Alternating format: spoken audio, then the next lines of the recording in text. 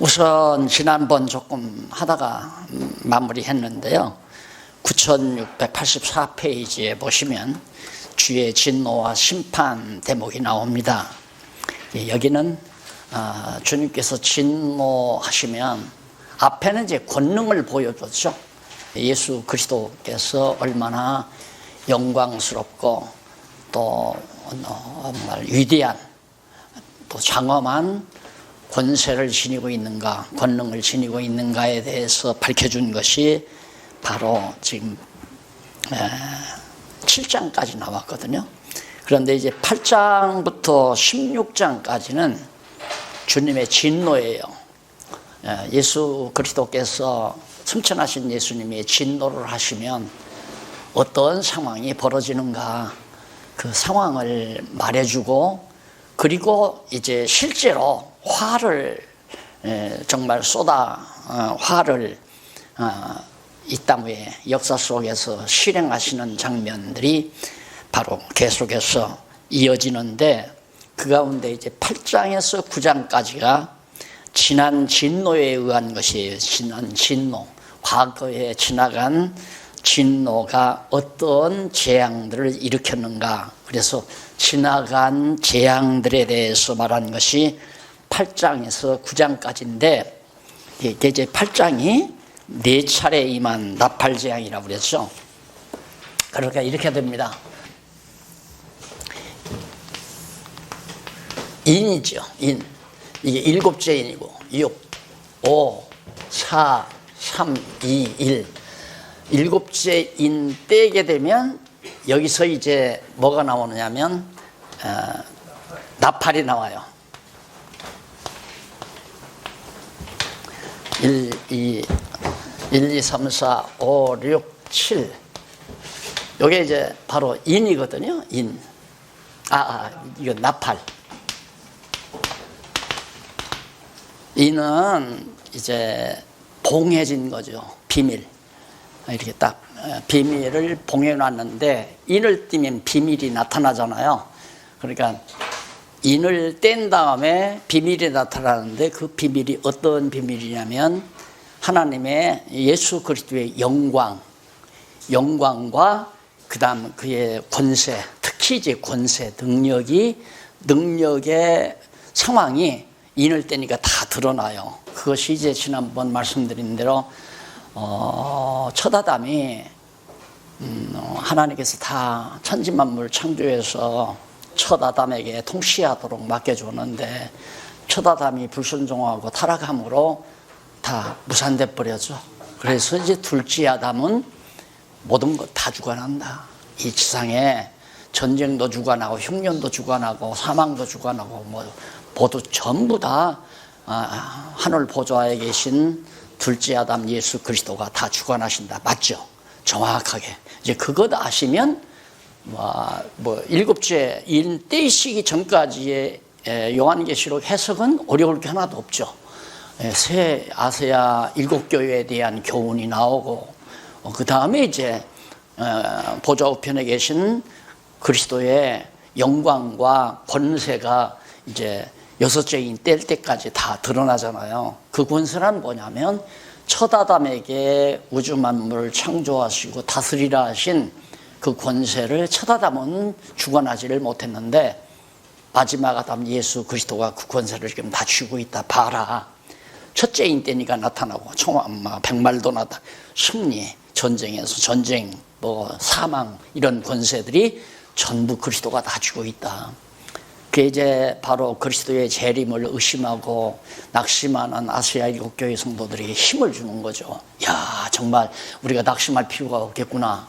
지금 부활 승천하신 예수님이 보좌 우편에서 저런 엄청난 능력을 가지고 계시는구나. 그래서 이제 소망을 갖게 하려고 인때는 이 상황을 사도 요한에게 보여준 거란 말입니다.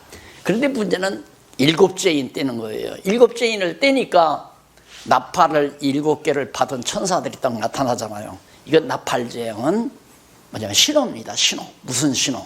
이 땅에 이제 역사가 일어나는 모든 신호들, 특히 전쟁과 같은 화, 진노 이런 것들이 드러날 때 나팔을 확 불고 이제 나팔 분 다음에 나타나는 것이요. 그게 이제 첫 번째 나팔, 두 번째 나팔, 세 번째 나팔, 네 번째 나팔까지 지난번에 공부한 거예요. 그것이 8장에 나타나죠. 8장에. 그래서 수목, 해물, 이것도 역시 다 하나님께서 창조한 것, 마지막 아담 예수 그리스도가 다 지배하는 거 아니에요. 수목도 또 수목과 해물, 바다의 모든 물고기, 육지의 수풀들, 바다의 물고기들 전부 다 첫 아담은 지배하지 못했지만은 둘째 아담이 다 지배하는 모습을 이런 진노를 통해서, 화를 통해서 나타내는 모습을 첫 번째 나팔, 두 번째, 세 번째, 네 번째 나팔까지 다 보여준 거예요. 이것이 어디를 보시면 되느냐면요. 9687페이지 한번 보십시다. 9687페이지에 보면 밑에서부터, 그러니까 밑에 본문 나오기 전에 해설, 하나, 둘, 셋, 넷, 다섯, 여섯, 일곱, 여덟, 아홉 번째 중간쯤 보면 이는 일찍이 그렇게 나오죠. 일곱째 천사가 나팔을 받아 각각 받아가지고 있는 것을 본 것이다. 그 다음에 이는, 그러니까 일곱째 나팔을 받아가지고 본 사건이 뭐냐. 이는 찾으셨죠? 네. 이는 일찍이 헬라 제국시대, 헬라 제국시대가 주전 334년 아니에요. 그러니까 일곱째 나팔 여기서부터가 바로 일곱째 나팔을 받아 가지는데 334년, 이거 헬라 제국이란 말입니다.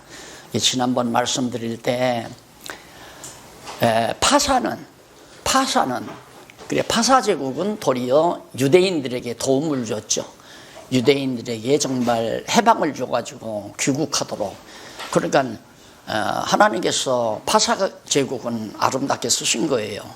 파사제가 망하고 헬라가 들었을 때가 바로 334년이란 말입니다. 그러니까 헬라 제국이 들어서 가지고 헬라 시대에 바로 그 회복된 유대인들이 말할 수 없는 핍박을 받습니다. 그건 다 아시죠? 역사적으로. 304, 언제까지? 주전 63년까지죠. 63년까지. 이게 이제 뭐냐면 헬라 시대, 헬라 시대에 334년 주전, 그러니까 270여 년 동안 헬라가 지배할 때란 말입니다. 이게 이제 중간기 역사 아니에요? 중간기. 그러니까 말라기 선지자가 예언한 다음에 예언이 다 일절 없다가 예수님이 오셨잖아요. 그러니까 그 중간기 시대에 헬라 제국이 등장해서 유대인들을 정말 무섭게 핍박을 한 거예요.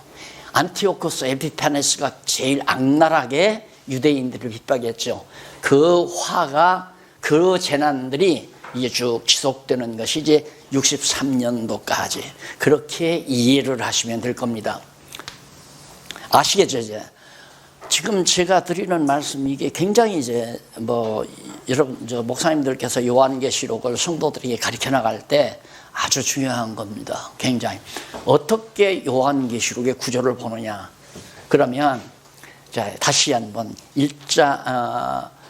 인을 떼는 것, 첫째 인에서 여섯째 인까지는 바로 마지막 아담의 영광과 권능, 특히 권능을 보여주는 거죠. 그 영광은 이전에 보여주고 권능을 보여주는 건데, 그 권능이라는 것이 뭐냐. 첫 아담이 에덴 동산에서 하나님께 받았던 권능과 똑같은 거예요. 모든 것 다 네가 다스리고 지키라 했으니까. 그런데 마지막 첫 아담은 그것을 지키지 못했는데 마지막 아담 예수 그리스도가 바로 그 권능을 그대로 가지고 다 시행할 수 있는 능력을 가지고 계시다. 그걸 보여주는 것이 여섯째 인까지란 말입니다. 그리고 마지막 일곱째 인을 뗄 때에는 일곱 나팔을 가진 천사가 나타나는 과정이에요. 이것은 실제로 하나님께서 역사부에서 하나님께서 하나님의 진노를 보여주시는 장면이 나타나는데, 이게 첫째 나팔에서 네 번째 나팔까지는 바로 334년에서부터 주전 63년도까지, 그러니까 예수님 오시기 이전 중간기 역사죠. 이 시대에 헬라가 유대인들을, 특히 회복된 다시 포로에서 돌아온 유대인들을 핍박하는, 그러니까 페르시아 파사 제국이 해방시켜가지고 예루살렘에 돌아와서 성전 다시 짓고 제사를 다시 드리게 그렇게 주었는데, 파사가 헬라에게 망하고 헬라가 도리어 이제 유대를 다 잡아삼키기 위해서 그런 핍박을 가하고 그러던 차에 이제 로마에 의해서 헬라가 망하게 되죠. 멸망을 당하게 되죠. 그래서 63년도가 로마가 헬라를 완전히 점령하는 그런 시대를 말합니다. 그런 내용이 바로 이제 이제 제가 밝혀드린 9687페이지 그 부분, 중간 부분에서 아래 밑에까지 나오는 내용의 줄거리를 말씀드린 겁니다. 그래서 6절로 7절 거기 보면 89페이지, 첫째 나팔에 땅과 수목 및 풀 일부가 타는 것, 하나님의 진노, 그리스도의 진노가 나타나는 걸 보여주는 거죠. 둘째 나팔 때 바다의 생물과 배들 일부가 다 깨지는 거, 이게 이제 그리스도의 진노, 일곱째 비밀로 봉해 있었던, 아직 계시되어서 나타나지 아니한 모습을 인봉해서 모르게 했는데, 일곱째인을 딱 뗄 때, 그 비밀을 드러내기 위해서 뗄 때 보여준 계시가 이제 이것이란 말입니다. 일곱째인 계시가, 일곱째인이 나팔 재앙으로 나타나는 거예요. 그래서 첫 번째부터 네 번째가 아까 말한 대로 334년에서부터 63년도 사이에 있었던 그런 재앙이다 하는 얘기입니다. 그 다음 이제 사람과 천체에 대한 파멸이죠. 10절로 모두가 다 하나님께서 지어놓은 것 초다담에게 다 다스리고 지키라 했으니까 그대로 마지막 아담이 다 다스리고 지켜나가는 모습을 보여주는 거고, 네 번째 나팔을 보니까 천체 3분의 1이 어두워지는 대목이 나오고, 그리고 공중에 날아가는 독수리가, 그때 이제 8장 13절에 9693페이지 8장 13절에 보면 공중에 날아가는 독수리가 세 번 화를 선언합니다. 넷째 인을 떼고 났는데, 그때 이제 공중에 날아가는 독수리가 세 번 화로다라고 선언하는 대목이 13절에 나오는데, 그게 바로 이거예요. 그 화죠, 화. 새 화.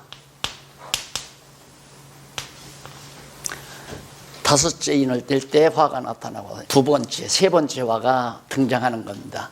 자, 그러면 쉽죠.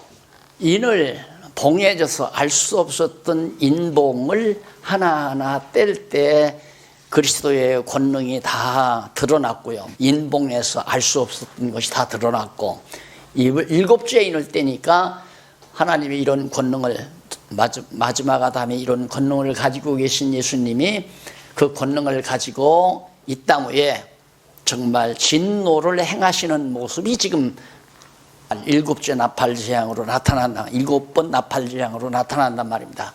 네 번째까지는 63년, 여기까지가 네 번째 나타나는 그런 진노로. 그리고는 이제 첫 번째 화가 바로 63년에 로마가 예루살렘을, 그러니까 헬라를 로마가 정복했다고 하는 것은 무엇과 같으냐면 로마가 유대를 정복했다는 말과도 같아요. 왜냐하면 유대 나라가 헬라의 속국안으로 들어가 있어가지고 헬라가 유대인들을 계속 핍박했잖아요. 그러는데 로마가 헬라를 쳤으니까 헬라를 치고 유대인들을 살려준 것이 아니라 자기네들이 유대인을 지배하게 돼 있어요. 헬라 정복했으니까 유대도 자연히 로마로 넘어갈 거 아니에요. 로마. 헬라 다음에는 로마니까. 그래서 로마가 첫 번째 화가 63년도 예루살렘이 로마의 지배하에 들어가는 장면을 첫 번째 화로 그렇게 이해하시면 됩니다. 자, 그럼 넘어가서 한쪽 가로 2번에 나오죠. 한쪽 가로 2번에 보면 다섯째 나팔과 첫째 화. 다섯째. 이게 첫째 화.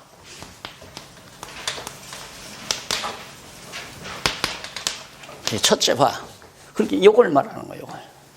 다섯째 나팔을 부니까 첫 번째 화가 나타나는데 그게 뭐냐면 로마가 유대를 정복하는, 그러니까 로마가 헬라를 쳐서 승리하면서 자연스럽게 로마가 예루살렘을 완전히 장악하는 그런 재난이, 그러니까 유대인들이 로마의 제국 치하에 들어가는 거, 그게 벌써 아시다시피 63년에 로마 제국 치하에 들어가는 건 장차 오실 마지막 아담 예수 그리스도가 로마 형틀, 십자가 형틀이죠. 십자가에 죽이는 사형틀이 로마의 형법이에요. 유대인의 형법은 돌로 때려 죽이는 거거든요. 그러니까 만약에 예수님이 돌로 맞아 죽었다면 성경을 이룰 수가 없는 거죠. 그런데 예수님이 나무에 달려 죽도록 구약이 예언되어 있기 때문에 로마에 바로 유대가 정복되도록 하는 것은 예수 그리스도가 장차 로마의 형법에 따라 십자가에 못 박혀 죽으실 것을 미리 하나님께서 준비하시는 섭리예요. 로마 제국이 63년에 완전 유대를 정복하는 것은. 그래서 거기 보면 다섯째 나팔과 첫 번째 화인데 양쪽 가로 보면 황충이 땅 위에 출현한다. 황충이. 그러니까 1절로 3절에 보면 9장 1절로 3절 이쪽 97페이지 나오죠. 무적행 연기로 어두운 중에 황충이 나오는 것을 보여주는 겁니다. 무적행이라고 하는 것은 우리가 이제 보통 지옥 하잖아요. 근데 사실 지옥이라는 것이 무적행과 같은 거예요. 거기 보면 중요한 정보 하나가 나오는데 9697페이지 밑에서부터 여섯째 줄 앞부분에 보면 하늘에서 땅에 떨어진 별은 주께서 진노의 날에 부르시는 악한 천사의 일종이다. 떨어지는 별이 그것이 이제 천사의 일종이라 말입니다.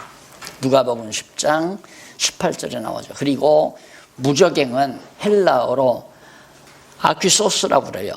그런데 이는 시면, 아주 깊은 것, 시면, 깊은 것, 그리고 밑바닥 없는 장소. 그러니까 소위 이제 호킹 박사가 말한 죽었지만은 블랙홀이라고 있죠. 블랙홀. 그러니까 블랙홀이라는 게 뭐냐면 시면이거든요. 그러니까 뭐가 자꾸 그 어두운 홀 속으로 들어가는데 나오는 데가 없다는 얘기 아니에요. 그러니까 성경을 제대로 물리학도 깊어지면 점점 성경과 만난다. 나는 그 확신을 가지고 있어요. 그런데 그 밑바닥 없는 장소 또는 태초의 깊음 나오죠. 태초의 깊음. 그러면 태초에 하나님이 천지를 창조하셨는데 땅이 공허하고 혼돈하고 깊음 위에 있었더라. 그러니까 처음에 하나님께서 지어놓은 땅은 시면이에요. 시면. 아주 깊은 어두운 시면. 그게 이제 바로 지옥과 같은 곳이죠. 그러니까 하늘에는 하나님의 나라가 세워지고 땅에는 지옥과 같은 시면이 이루어지고, 그거 이제 첫째 날 하나님께서 천지를 창조하신 것 아닙니까? 이 하늘과 땅을 지었는데 땅은 공허하고 혼돈하고 흑암이 깊음에 있더라. 그 흑암이 깊음에 있다는 그게 바로 뭐냐면 여기 나오는 시면, 무적행과 같은 것이란 말입니다. 그러니까 별이 떨어져 가지고 하늘에서 땅에 떨어진 별이 그게 이제 하나님이 부리시는 천사죠. 타락된 천사.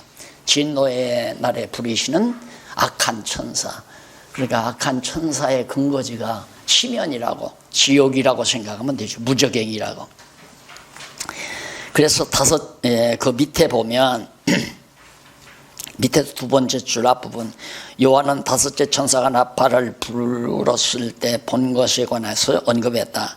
하늘에서 쫓겨난 땅에 떨어진 악한 천사가 무저갱의 열쇠를 주께로부터 받아가지고, 그러니까 무저갱의 열쇠를 누가 받았는가? 마지막 아담 예수 그리스도가 무저갱의 열쇠도 가지고 있어요. 천국 열쇠만 예수님이 가지고 있는 게 아니라 무저갱의 열쇠도 예수님이 가지고 있다. 천국과 지옥을 누가 다 주관하는가? 마지막 아담 예수 그리스도가 다 주관하고 있다는 거예요. 그러니까 무저갱에서 악한 천사가 나와가지고 세상을 막 화를 일으켜야 되는데, 무저갱 열쇠를 딱 잠궈놓고 있으면 화가 안 임해요. 전쟁도 안 일어나고 살상도 안 일어나고 정말 재난도 일어나지 않고. 그런데 예수님께서 하늘에서 떨어진 별 하나, 떨어진 천사죠. 이게 이제 예수님께로부터, 마지막 아담으로부터 열쇠를 받아가지고 와서 무저갱을 여니까, 그게 지옥의 열쇠를 연 거죠. 여니까 거기서 이제 막 화를 일으키는 그런 무리들이 막 솟아나오는 장면이 바로 이런 여기에 나타나 있습니다. 그런데 이렇게 분명히 예수 그리스도가 천국과 지옥을 다 주관하는데, 자꾸 지옥은 마귀들이 주관하고 있고 천국은 예수님이 주관한다고 생각해. 이게 서구인들의 생각. 그래서 악은 마귀가 지배하고, 선한 것은 예수님이, 하나님이 주관한다. 이원론 사상을 못 박아놓고 신학을 풀어가려고 하니까 그게 안 되는 거죠. 또 하나 지적하지만, 웨스트민스터 신앙 고백이라는 그 자체도 벌써 선악을 완전히 이원화 시켜놓고, 그리고는 하나님의 주권과 인간의 자유의지를 갖다가 이분화 시켜놓고 얼버무려서 엮어놓은 하나의 신앙 고백서를 신주단지처럼, 특히 우리 장로교가 그걸 신주단지처럼 여겨놓고 성경을 풀어가려니까 풀어져요? 안 풀어지는 거죠. 선한 거나 악한 거나 다 하나님의 주관권 하에 들어있어요. 하나님이 약한 일이 벌어지지 않게 하면 악한 일이 벌어질 수가 없어요. 하나님이 바로의 마음을 강팍해 하지 아니하면 바로가 하나님의 백성들을 추격하지 않는단 말입니다. 다 하나님의 악의 권세나 선의 권세를 예수 그리스도가 다 거머쥐고 있는데, 예수님은 선한 일만, 착하고 선한 일만, 남 불쌍히 여기고 남 도와주고 착한 일만 예수님이 하시고, 남 피해주고 욕하고 비난하고 전쟁 일으키고 하는 건 전부 마귀가 다 한다고 생각하는 거거든요. 그러니 사고 자체가 잘못되어 있는 거예요. 분명히 나오잖아요. 인자가 하늘에서 떨어지는 천사에게 열쇠를 줘가지고 음부의 열쇠, 이 무저갱의 열쇠를 열어야 거기에서 이제 화를 일으키는 세력들이 막 등장하는 거란 말입니다. 그러니까 화를 마귀가 일으키는 게 아니라 보좌편에 앉아 계신 예수 그리스도께서 권세를 가지고 있어가지고 너 가서 열쇠 열어. 그리고 천사가 떨어져 나오잖아요. 그래서 천사가 와서 무저갱 열쇠를 열잖아요. 그러게 해서 이제 이 세상에 정말 비극들이 일어나게 된다는 사실입니다. 그러니까 이건 너무너무 성경에 명백하게 드러나는데, 이 서구인들의 사고가, 나 그래 막 속상하다 말이에요. 이번에도 보니까 유럽인들이 저들끼리 모여서 4대가 모여서 유럽인들의 잔치 벌이더라고요. 축구 경기. 그런데 유럽인들이 그만큼 육체적으로는 아주 기술이 좋고 건강하고 잘생겼는지는 모르지만 머리는 끝나요. 형편없어요. 그래서 우리 동양인들의 사고방식이 아니면 성경을 풀어갈 수가 없어요. 동양인들은 유월론 사상을 가지고 있거든요. 특히 특히 한국 사람들 이론론 딱 태극사상이라는 게 이론론이란 말입니다. 태극이라는 것이 이게 음과 양이 하나로 뭉쳐지는 게 바로 태극 아니에요. 이게 이론론 사상이란 말입니다. 이런 생각이 있어야 악한 일이나 선한 일을 다 하나님이 주관하고 다스리신다. 그리고 아담이 타락하는 일도 하나님이 뱀에게 허락하지 않으면 어떻게 뱀이 와서 아담을 타락시킵니까? 말도 안 되는 얘기죠. 그런데 서구인들은 그렇게 생각하는 거예요. 하나님이 깜빡 그냥 산책 나간 사이에 마귀라는 놈이, 뱀이라는 놈이 살며시 들어와가지고 하와를 유혹했다. 이런 얘기란 말입니다. 그러니까 그런 생각을 하다 보니까 이게 신학이 안 풀리는 거예요. 그러니까 하나님께서는 예를 들어서 다 선택해 놓으시고, 우리 이 자리에도 지금 왔다 가신 분이 얼마나 많아요. 목사님들 많이 왔다 가셨죠. 저도 알고 왔다 갔는데, 오늘 강의를 들어야 될 분은 하나님이 딱 오늘 나오게 하시잖아요. 오늘 강의를 못 듣게 하시려면 바쁜 일이 생기고 이것저것 뭐 분조한 일이 생겨서 거리다 빠져나가게 하고, 그게 하나님이 하시는 거란 말입니다. 그걸 인간이 뭐 잘하면 이렇게 되고, 박 목사가 강의를 잘하면 박윤민 목사님 막 청중이 많아지고, 내가 강의를 잘못하면 자꾸만 청중이 빠져나가는 게 아니고, 하나님이 듣게 하실 분들만 들을 수 있도록 환경을 만들어 가신다. 이게 제가 늘 보는 시각이에요. 그러니까 많이 나오든 적게 나오든 아무 관계없이요. 저는 그냥 성실하게 강의만 하면 되는 거고, 그게 하나님이 다 주관하시는 거니까. 그래야 지옥 갈 사람 지옥 가고 천국 갈 사람 그래야 천국 가는 거지. 안 그러면 내가 잘하면 천국 가고 내가 잘못하면 지옥 가고 이렇게 될 거 아닙니까? 그럼 알비니안주의 신학이 맞는 얘기죠. 하나님의 절대 주권을 강조하는 장로교 신학은 완전히 헌 휴지 조각이 되는 거고, 그런데 말만 하나님의 주권 해놓고 생각은 하나님 주권이 아니잖아요. 거듭 무저갱의 열쇠를 누가 가지고 있느냐? 악의 집합소예요. 악의 집. 그거 열쇠 딱 잠궈놓으면 악이 없어요. 무죄 시대가 열어진단 말입니다. 그러니까 천년왕국 시대에 공부해본 말이면, 천년왕국 시대에 가면 무적의 열쇠를 딱 잠궈놔버려요. 그러니까 죄가 발동을 못하는 거예요. 그러니까 천년 동안 무죄시대가 열리잖아요. 완전히 하나님 주권에 달려있는데, 그러면 하나님께서 애시당초 에덴 동산에서 가장 간교하고 사탄의 역할을 하는 마귀 세력들을 갖다가 부적에다 집어넣고 열쇠 잠궈놨으면 지금 우리들 죄 없이 얼마나 잘 살겠어요. 질병도 없고 가난도 없고 고통도 없고 시기질투도 없는 아름다운 천년왕국 같은 에덴 동산 시대에서 우리가 살 건데, 근데 하나님이 안 그러잖아요. 열어놓으니까, 무저갱 열쇠를 안 잠그니까 이놈의 뱀이, 가장 간교한 뱀이 나와서 이제 하와를 유혹한 거란 말입니다. 그럼 유혹하기, 내가 늘 강조하지만 유혹하기 전이라도 하나님께서 하와야 한마디만 불러줬어도 깜짝 놀래가지고 말 안 들을게요 하고 뱀의 말을 안 듣고 선악을 안 그런 과일을 안 따먹었을 거 아니에요. 완전히 하나님의 계획대로 되는 거예요. 완전히 창조로부터 세상 끝날까지. 그러니까 하나님이 일을 시작할 때 끝을 정해놓고 하신다고 이사야 선지자가 예언했잖아요.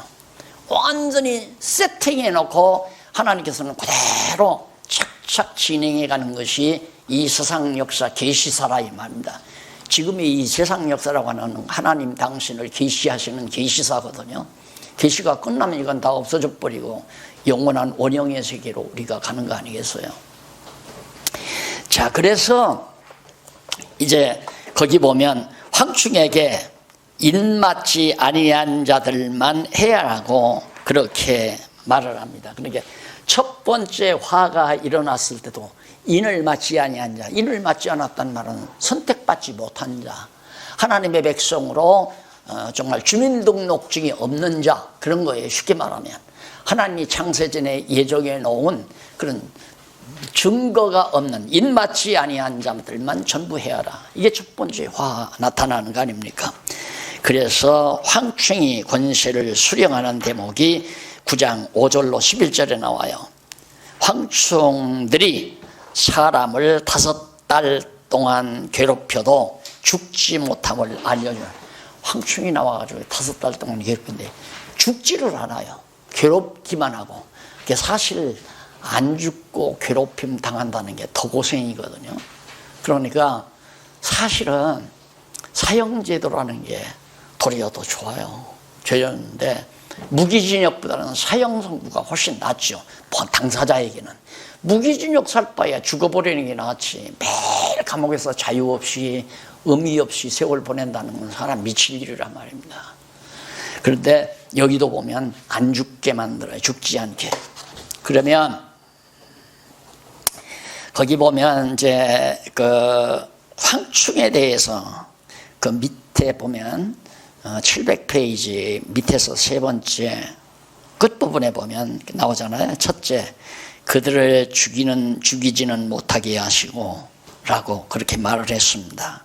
그런데 이는 주께서 진노의 도구인 황충으로 인맞지 아니한 자들의 생명을 주관하지 못하게 하시는 것이다. 죽이지 못하게 하면 못 죽이는 거죠. 하나님께서 욥에게도 하나님께서 욥을 시험하는 사단에게도 너 욥의 생명만 다치지 말라. 그러니까 못 다치잖아요. 그러니까 사단도 완전히 하나님의 명령 하에 움직이는 것이 사단의 역사입니다. 그러니까 악의 도구로 쓰시려고 하나님이 준비해 놓은 세력이 사단의 권세란 말입니다.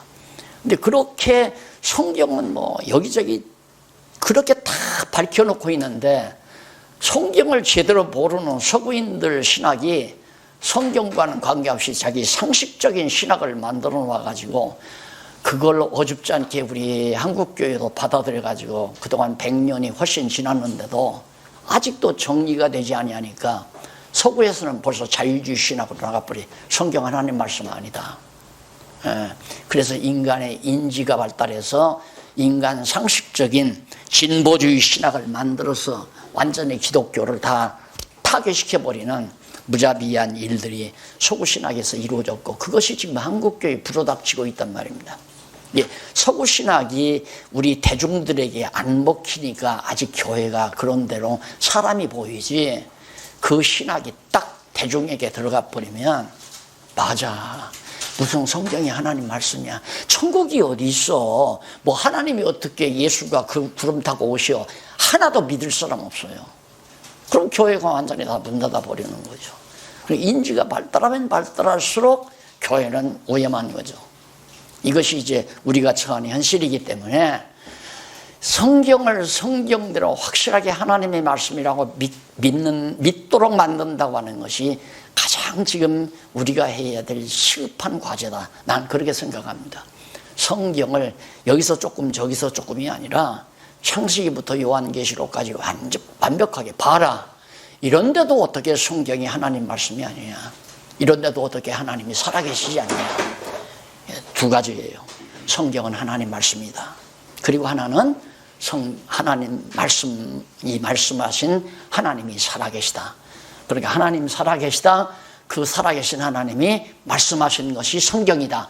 이 두 가지 과제는 한국교회가 반드시 풀어가야 될 중요한 과제다. 이거 풀지 아니하면 한국교회도 소망이 없는 거죠. 그 다음에 이제 황충들의 모양과 권세와 그 임금의 이름에 관해서 말해주죠. 7절로 11절에 보면, 그래서 거기 보면 넘어가서 2페이지에 702페이지에 보면 해설 6째 줄에 황충들은 주께서 진노의 날에 도구로 사용하는 로마군의 모습으로 이해된다. 그러면 여기 황충이란 뭘 말하는가? 여기 나오잖아요. 로마 군대. 이 로마 군대가 나와서 헬라와 투쟁해서 헬라 제국을 멸해버리고 바로 로마가 승리하는 로마 군병들이 황충으로 그렇게 모형적으로 묘사하신 것이다. 하나님께서.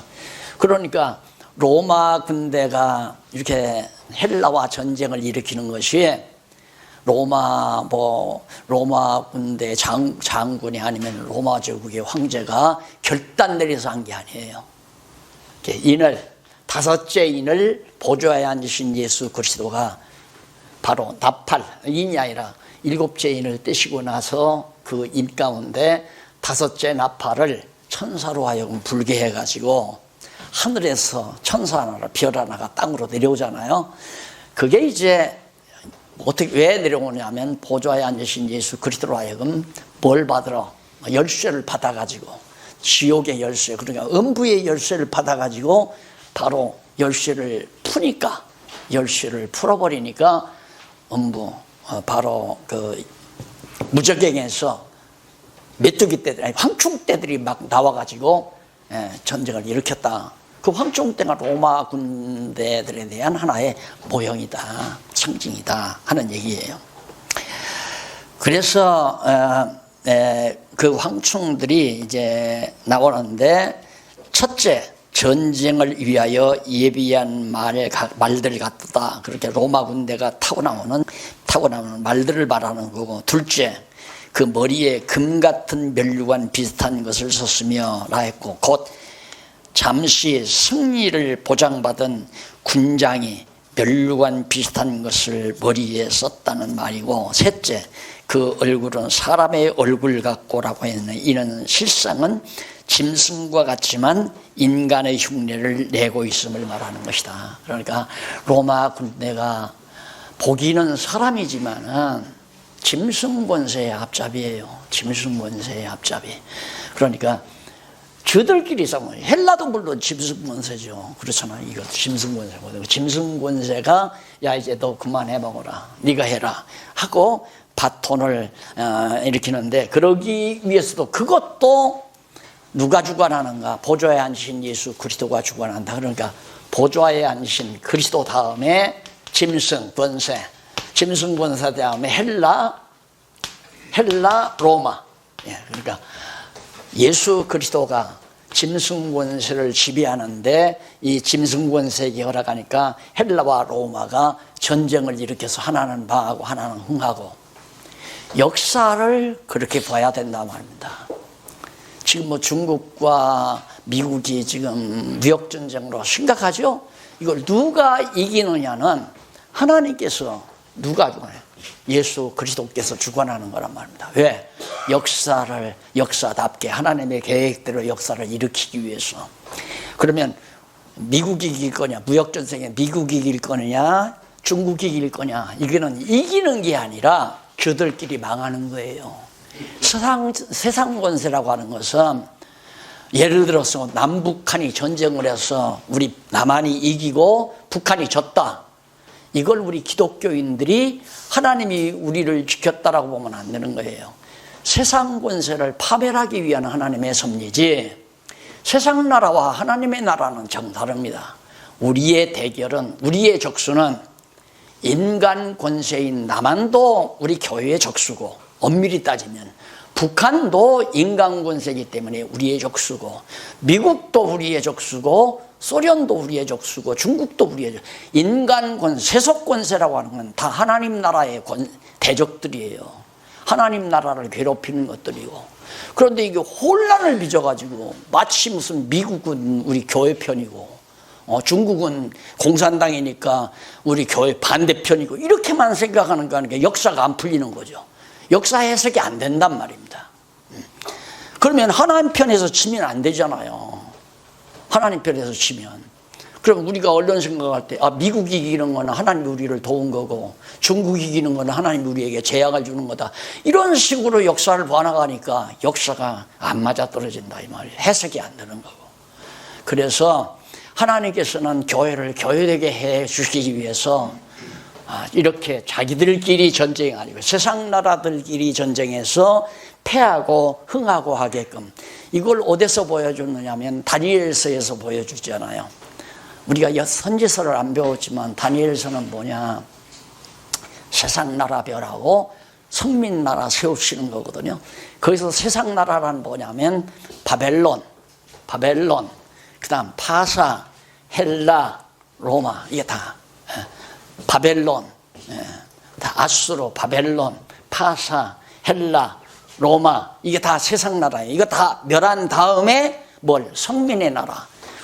로마가 멸한 다음에 바로 그리스도의 나라가 이 지상의 하나님 나라 그리스도의 교회가 세워져 가잖아요. 그거 다니엘서에서 벌써 예언 다 된 거란 말입니다. 우리가 세상 나라와 하나님의 나라로 대칭을 시켜야 하는데 그것도 상대적인 게 아니에요. 세상 나라하고 하나님의 나라하고 이렇게 상대적인 게 아니라 절대적인 게 아니라 하나님의 나라가 반드시 승리하게 돼 있어요. 아직 과정이니까 패하는 것 같지만은 반드시 승리하는 것 하게 돼 있다. 다시 말해서 애굽에서 400년 동안 이스라엘 민족들이 종살이를 했어요. 패한 거죠. 이스라엘 민족은 10번도 패한 거예요. 패하게 돼 있고. 그런데 그만 능력으로 해방을 받아서 요단강, 홍해바다 언저리까지 왔어요. 근데 하나님께서 홍해바다가 아닌 곳으로 도망가게도 할 수 있는데 하나님이 하필이면 홍해바닷가로 인도해가지고 그것도 홍해바닷가도 이런 데로 이런 데다 갖다 딱 모아놔요. 홍해바다가 이렇게 생긴 여기다가 코너에다. 그리고 여기서 애국 군대가 쳐들어오게 만들잖아요. 그러면 진퇴양난이죠. 앞으로 건너갈 수도 없고 뒤로 나갈 수도 없고 망하게 된 거예요. 이것이 하나님의 전략이에요. 너 능력으로 안 된다 이 말입니다. 너희들 능력으로 애굽 이길 수 없다. 누가? 내가 이기게 한다. 하나님의 나라가 세상 나라를 이기는 건 우리 교회 인간의 능력으로 안 돼요. 천하 없어도 누가? 하나님의 나라니까 하나님께서 대장 되시는 예수 그리스도를 통하여 세상 나라를 진멸시키는 거죠. 그래서 하나님의 나라는 반드시 이기게 돼 있다. 절대적이에요. 교회가 승리하는 것은 언제? 영원한 하나님의 나라로 가서 승리를 거두잖아요. 이건 전부 다 어디로? 무적행위로 다 쓸어넣어버리잖아요. 세상 나라는 무적행위로 쓸어넣어버리고 하나님의 나라는 정말 처음 태초에 지어놨던 그 하나님의 영원한 나라에 가서 영원토록 할렐루야 찬양하듯이 그때 가서 부르야지 여기서는 안 돼요. 네, 그것이 바로 지금 그 부분에 나온 대목입니다. 자, 그 다음 넘어가서 여섯째 나팔과 둘째 화 나오죠. 이제 첫째 화가 바로 63년입니다. 주전 63년도에 여섯째 나팔에 이것이 첫 번째 화, 여섯째 나팔이 이제 두 번째 화가 나타나요. 이것도 지나간 거예요. 이미 사도 요한 때로 보면 이미 지나간 것. 자, 그러면 여섯째 나팔과 두 번째 화 가운데 이쪽 9705페이지 거기 보면 죽이는 천사가 풀려나는 대목이 나와요. 죽이는 천사가 이제 풀려나는 것. 그게 뭐냐면 12절로 14절에 여섯째 천사에게 네 천사를 놓아주라는 음성이 들립니다. 여섯째 천사가 나팔을 받았잖아요. 여섯째 천사에게 네 천사를 풀어 놓아주어라. 그러는데 넘어가서 15절로 16절 보면 결박에서 놓인 네 천사의 신분과 마병대의 수를 알려주는 대목이 거기 나옵니다. 그런데 이쪽 6페이지 706페이지 중간쯤 보시면은 뭐가 나오느냐면 중간쯤 보면 딱 한 중간쯤 보세요. 강조하는 특성을 지닌다라고 하는 말부터 그 뒤에 따라서 본문은 첫째 화는 지나갔지만 보라 여전히 계속해서 화 둘이 나타나고 있다고 번역된다. 그러니까 앞에서 어떤 내용이냐면 이런 데서 이제 해석하기가 힘드는 거죠. 그 해설 706페이지 해설에 보면 일곱째 줄 앞부분에 보면 그리고 이후에는 헬라어로 메타타우타란 말이에요. 이후에란 말이 메타타우타라고 하는데 이는 시간적으로 이후에 계속해서 일어날 일을 예언해 주는 역할을 한다. 이후에 일어날, 그러니까 첫째 화가 일어난 후에 계속해서 일어난다. 이게 완료형이 아니고 계속 이어지는. 그래서 있으리로다. 그리고 있으리로다는 엘케타이라는 말인데, 이는 직설법, 현재, 수동태, 디포넌트 동사 오고 있다. 그러니까 진행되고 있는, 지금 오고 있다. 그래, 나타나고 있다 또는 일어나고 있다 등의 뜻이다. 이후에와 관련해서 보면 어떻게 번역하면 되느냐면, 미래의 약속을 강조하는 특성을, 앞으로 되어질 일을 약속하는 특성을 지닌다. 따라서 본문은 첫째화는 지나갔지만, 이렇게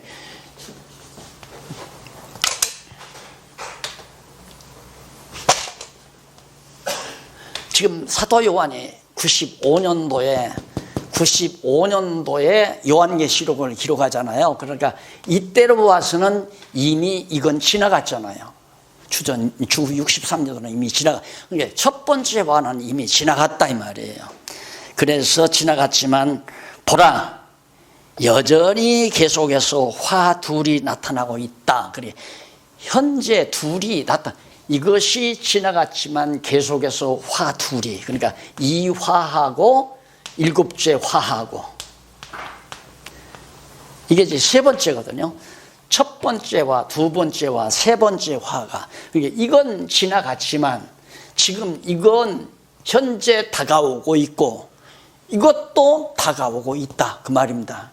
그러니까 이 지나간 이후로 보아서 여기서 볼 때 이건 지나갔지만 이것도 다가오고 이것도 다가오고 있다. 그러니까 여기서 볼 때 다가온다는 말은 이쪽이 아니에요. 그런데 이걸 기점으로 해서 63년도를 기점으로 해서 다가오고 있고 다가오고 있다, 그런 뜻이거든요. 자, 그럼 이게 왜 매우 중요하냐면, 이 시제가 요한계시록을 바르게 보느냐 못 보느냐에 키가 달려 있어요. 이 키. 그러니까 앞에서 말했지만 디포넌트 동사라고 하는 것은 과거에 일어나서 지금도 지속되고 있고 앞으로도 지속된다. 그게 이미 지나갔잖아요. 근데 이것이 지금 다가오고 있어요. 이 두 번째 화는 두말할 것 없이 추후, 이건 70년 예루살렘 성전 불타는 화거든요. 예루살렘 이도로 봐서는 지나갔죠. 이것도 70년도 지나가죠. 95년도에 봐서는. 그렇지만 이걸 기점으로 해서는 다가오고 있잖아요. 이걸 기점으로 해서. 그러니까 이후에란 말을 내가 눈여겨서 그걸 다시 번역해 드린 것은 바로 이후를 말하는 거다. 이후에 계속되고 있고 또 계속될 것이다 그 말이에요. 그래서 이게 정리가 돼야 이 화, 첫 번째와 두 번째와 세 번째와가 계시록에서 자리를 딱 잡고 있어야 그 다음 계시록 전체가 윤곽적으로 구조가 딱 세팅이 된다 이 말입니다. 이 요한계시록 해석이 어려운 이유는 내용 전체가 풀 세팅, 완전히 전체가 세팅이 안 되니까, 논리적 구조가 서지지 아니하니까 왔다 갔다 그냥 동서남북 막 제멋대로 과거 현재 미래. 그래서 무천년선, 유천년선, 뭐 전천년선, 후천년선 나오는 이유도 이게 세팅이 안 되니까 그러는 거예요. 그런데 이 세 화만 제자리를 딱 잡고 있으면 이거에서 전후로 딱 내용 자체가 역사적으로 딱 세팅이 돼요. 그러니까 쉽게 요한계시록이 번역이, 해석이 가능한 거죠. 기도하십시다. 자비로우신 하나님 아버지, 은혜를 감사합니다. 우리에게 건강을 주시고 또 좋은 환경, 좋은 여건을 허락해 주셔서 이처럼 오늘 또 모여서 같이 하나님 말씀 안에서 교제를 하면서 서로 믿는 것, 아는 것, 공감할 수 있게 하신 것을 감사합니다. 보혜사 성령 같이 해주신 줄 압니다. 남은 시간도 함께 해주시고 사랑하는 종들 하나님 앞에 선한 도구로 사용되도록, 또 주께서 쓰시도록 주께서 훈련시키시고 연단시키시고 붙잡아 주시옵소서. 예수님의 이름으로 기도드립니다. 아멘.